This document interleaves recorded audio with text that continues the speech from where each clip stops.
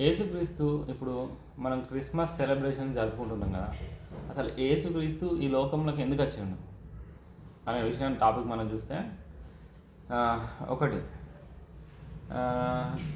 Christ Jesus came in to the world to save sinners.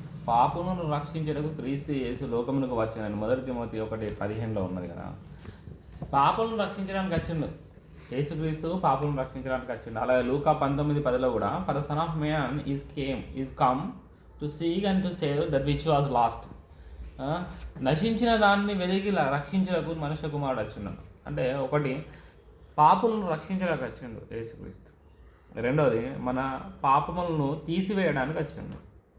Behold the lamb of God which taketh away the sins of the world, the sin of the world.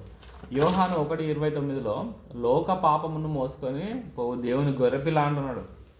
అదే కాకుండా మనకు ever lasting life, నిత్య జీవమును ఇవ్వడానికి కూడా యేసుక్రీస్తు ఈ లోకంలోకి వచ్చిండు. I am come that they might have life and that they might have it more abundantly. John 10:10 చెప్తున్నాడు. జీవము కలగడానికి, అది పరిపూర్ణంగా కలగడానికి.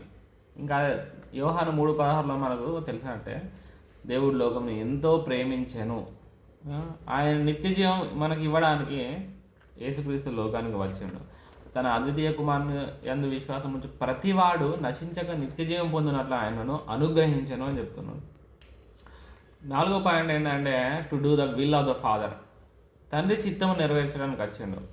యోహాను 6:38 for I came down from heaven not to do mine own will but the will of him that sent me. నా చిత్తము నేను నెరవేర్చడానికి రాలేదు, కానీ నన్ను పంపిన వాని చిత్తము నెరవేర్చడానికి నేను వచ్చాను అంటాడు.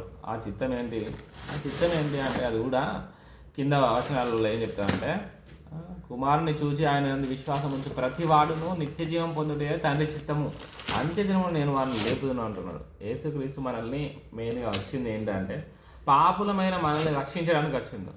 కాబట్టి మనం ఏం చేయాలి? ఆయన చనిపోయి తిరిగి లేచాడని మనం నమ్మితే, అంటే మన క్రియల మీద, మనం మంచితనం మీద మనం విశ్వాసం ఉంచకుండా కేవలం ఆయన చనిపోవడం వల్లనే మనకు నిత్య జీవం వస్తుంది అని నమ్మితే మనం ఏంటంటే దేవుని కుమారులం అవుతాం. ఈ క్రిస్మస్ సందర్భంగా ఏంటంటే, మనకు కొత్త జన్మ, మనం తిరిగి జన్మిస్తాం. తిరిగి జన్మించడం అని అంటాడు దేవుడు. అంటే యేసుక్రీస్తునందు విశ్వాసం ఉంచడం ద్వారా ఆయన కుమారులం అవుతాం. యోహాను 1:12 ప్రకారం. కాబట్టి ఏం చేయాలి అంటే, మనకు నిత్య జీవం కావాలంటే మన క్రియలు, మన మంచితనం అనేది దేవుని దృష్టిలో మురికి గుడ్డలు లెక్క ఉన్నది అంటాడు. కాబట్టి ఆ మురికి గుడ్డల మీద నమ్మకం ఉంచడు కాదు, కానీ దేవుని యొక్క పరిశుద్ధత మీద, దేవుని నీతి మీద, ఆయన చేసిన కార్యం మీద విశ్వాసం ఉంటే నీకు నిత్య జీవం ఇస్తా అంటాడు. కాబట్టి దేవుడు వచ్చింది దేనికోసం అంటే, ఆయన పాపులను రక్షించడానికి, మెయిన్గా పాపులను రక్షించడానికి వచ్చిండు. మన పాపాలను తీసివేయడానికి, మనకు ఎవర్ లాస్టింగ్ లైఫ్ ఇవ్వడానికి, అలాగే తండ్రి చిత్తము చేయడానికి కూడా వచ్చాడు.